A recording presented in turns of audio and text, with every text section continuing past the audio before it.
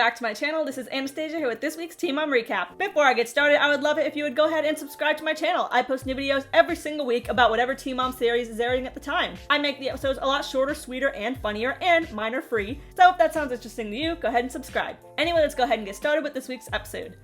Madison is excited to have another baby, but in the middle of the night, she starts bleeding. She says, "I started freaking out. I know we weren't trying for a baby, but I still didn't want to lose it. Christian was at work, so I called Christina to take me to the ER.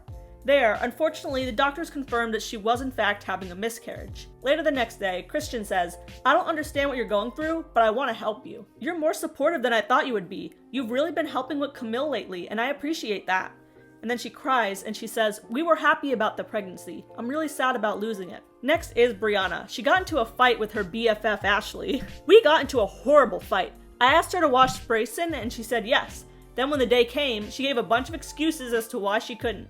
I ended up finding someone else to do it, but she never even messaged me back. A lot of things in our friendship have been building up, and I feel like I'm not valued.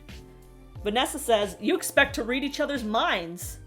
I think Ashley expects Brianna to eat her pussy, and then is mad when she instead wants free babysitting. Like, does anyone else think that these two fight like a couple? They act all possessive and weird. It's very strange. Brianna wants to take her therapist's advice and be more assertive, but she doesn't want to cut Ashley off. Kayla and Luke are renewing their lease, and Kayla sounds a lot less sure than he does. She asks him, "Does that make you nervous? Stuck together another year." "No, you sound unsure though. This is what I want, to be together. I don't know how else to show you that that's what I want." "Well, you could buy your girl a car, or some flowers, or a purse, or some shampoo because she's clearly running low on that still." Luke goes to his coach's house to smoke some cigars and nearly all bump their heads on their weirdly short ceiling. Or maybe they're both just really tall, I don't know. "So Luke, how's your mom?" "Haha, trash. She doesn't want me and Kayla together. And it's like, yeah, we both cheated, but we're over it. Why aren't you? As long as my home is good, I'm straight. I thought I'd be upset not playing basketball anymore, but I'm a family man now. This is what I want for the rest of my life." Next is Rachel. Drew's jail release date is coming up. I don't know if Drew is clean. What are your thoughts, Noah? His thoughts are actually probably about getting another hose, considering he apparently was cheating on Rachel the entire time with another girl, who he ended up marrying recently. But he just says, "I don't want Drew around her." Yeah, I don't really believe him either. My mom said I changed my whole life, and she didn't actually change at all until I was 14. Rachel needs to change that blush. I know she probably saw that TikTok trend where you put blush on your nose, but girl, let's loosen the grip on the blush brush. You look kind of sunburnt. I asked Drew, "Where are you even gonna bring Hazley? You don't have a house." And he says, "In the camper." Like, oh, the camper you did loads of drugs in? I don't think so. Next is Kaia. It's Xavion's birthday, and Kaia plans to do the video chat this time. Amor hasn't seen him in person since he was 1 year old. Kaia says, "When I put them on the phone together, Zay doesn't really talk. He's like, what am I supposed to say to him?" Good to know the fatherly instinct is coming through.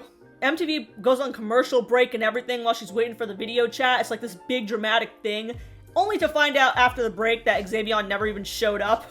Very anticlimactic. Carla is the only person with info on Xavion, so Kaia calls her. "Oh, Xavion? He in the hole."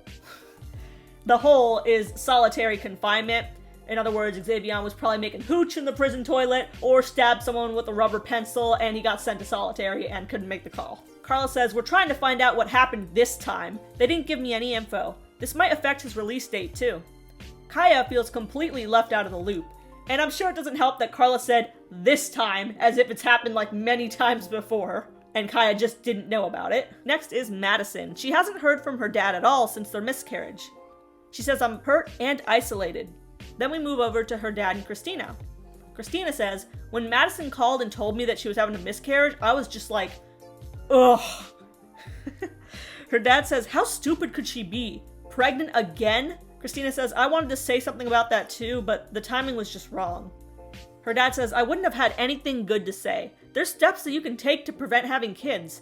And I just distanced myself from her because it's just gonna be another argument. Brianna and Ashley still aren't talking, so she invites over her other friend, Maddie, who she met in a coffee shop. She says, "We just met in line," and I was like, "Hey, you ever want to hang out? Let me know." So I did. It's nice to have some support. And from someone who isn't batshit crazy. I'm thinking a lot about me and Ashley's friendship. When I was with Briggs, that time in my life was awful. But not just because of Briggs, but because of her. She didn't support me at all. Maddie says, your friendship with her seems very not reciprocated. Honestly, it sounds like you're talking about an ex-boyfriend.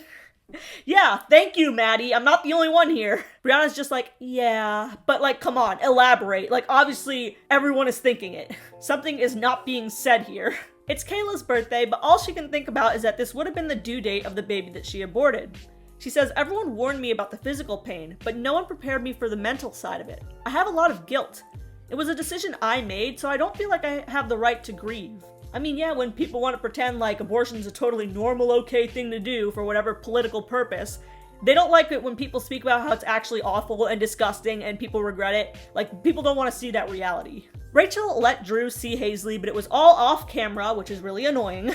But they do talk about it after the fact. He told me he got a job, so I let Drew come to my mom's house. Him and Hazley just ran around the front yard, chasing each other like best friends. Yeah, I'm sure they are best friends because Drew probably has the same mental capacity as a toddler. Mallory asks her how it went. She calls Noah daddy, so I just told her to call Drew by his name. What if he goes back to jail? I can't tell her that that's her dad. Back to Kaia, she tells her mom about the failed video visit. I need to establish custody. I don't want Xavion to take him on his own one day after he gets out and just never bring him back.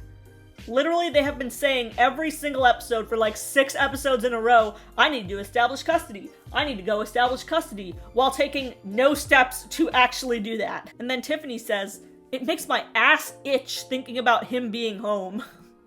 Is that a common saying? I've never heard that. Brianna texts Ashley, I want back all the things that I left at your house. This truly is like a breakup. Ashley responds, come get your shit that you left in the corner. You disappeared on me because you're young and immature. You don't deserve me, and I feel bad for Brayson. You'd rather biss and complain than do what you need to do. And I love how Brianna reads that typo verbatim.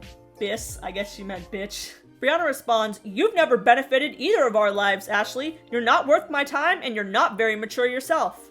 I deserve better in my friendships, not just my relationships. Yeah, because this is totally a friendship and not a relationship. Also, Brianna, hot tip, save that stuff for after you go get your stuff, because I'm pretty sure it's now being used as kindling for a fire in the backyard. Brianna's mom says, but you guys' age differences? Ashley just can't relate to you. I think they were relating a lot more than Jessica knows. Madison's dad finally reaches out to her and stops by her house. Christian is there, and my god, does he look raggedy. Like, if you look back on old pictures, he was actually really cute. Like, what happened? Definition of peaked in high school, and I don't know what's going on now. He also doesn't say a single word of support for anybody throughout this entire argument that's about to happen, so just keep that in mind. He's kind of just sitting there like a lump on a log. Madison says, I never felt that now was the right time to have a baby, but what reason would I have to get an abortion? I laid down in the bed and I did the work to make the baby. Yeah, I believe that. I definitely think that Christian just kind of lays there like a starfish. It's my responsibility, her dad and Christina say. Is it your responsibility to be on birth control? No, I ain't going on no birth control. Or how about practice safe sex? I ain't talking about my sex life to y'all. I'm not asking specific questions, I just said safe. Condoms. Condoms don't always work. Well, there's other methods. And then Madison says this golden line, like the pull-out method? Well, that's got us this far. Almost 5 years and only 2 pregnancies? That's pretty good. Oh my god. Christina is in pure shock at the stupidity that she is witnessing. Like, I am dying at her facial expressions. Looking like, shit, if this was my daughter, the things I would do. Her dad says, it's stupid to get pregnant again, and even stupider to not prevent it. And Christina asks her, do you feel like your dad is not sympathetic? No! If we were actively trying to have a baby, then yeah, you could put your 2 cents in. But I just had a miscarriage, and you want to tell me that? He hasn't said shit to me! I'm done! And Madison walks out crying. I kind of see both sides here. Like, yeah, he could have been a little more sympathetic, but at the same time, she has no job, Christian makes $9 an hour, just got fired from the other job, aren't paying anything, no responsibilities, and they have another kid when it's so easy to prevent. Like, no wonder her dad is mad. Drew's 2-week streak of being a good dad is all over, and he completely stopped contacting Rachel. She says, I'm not going to let him come in and out of our lives. We already have a family. And so did Noah, just not with you. Kayla and Luke go out for dinner for Kayla's birthday. And I actually love Kayla's sparkly dress here. It's super pretty. So they go out to the restaurant. Luke's got the rose petals, the decorations. But Kayla notices that he's being super fidgety and it's freaking her out. Are you okay? Yeah, I'm fine. So they get to chatting and Kayla says, There's only one thing I miss about your sister. Her baked mac and cheese. Yeah, I don't know what my family's problem is. I see great things in our future. When the dessert comes out, it's a plate of ice cream with the syrup that reads, "Will you marry me? Kayla, I love you more than anything in this world." Aww. And then Kayla says, "Oh my god, don't do this." And she says it obviously in a joking way, like she does actually look happy, but still kind of a weird thing to say at your proposal. And anyway, that's all for this episode of Teen Mom Young and Pregnant. What do you think of Luke proposing to Kayla? Do you think the timing is right? And what do you think of Madison having a miscarriage? Should her dad have been more sympathetic? And make sure to subscribe for more Teen Mom recaps every week.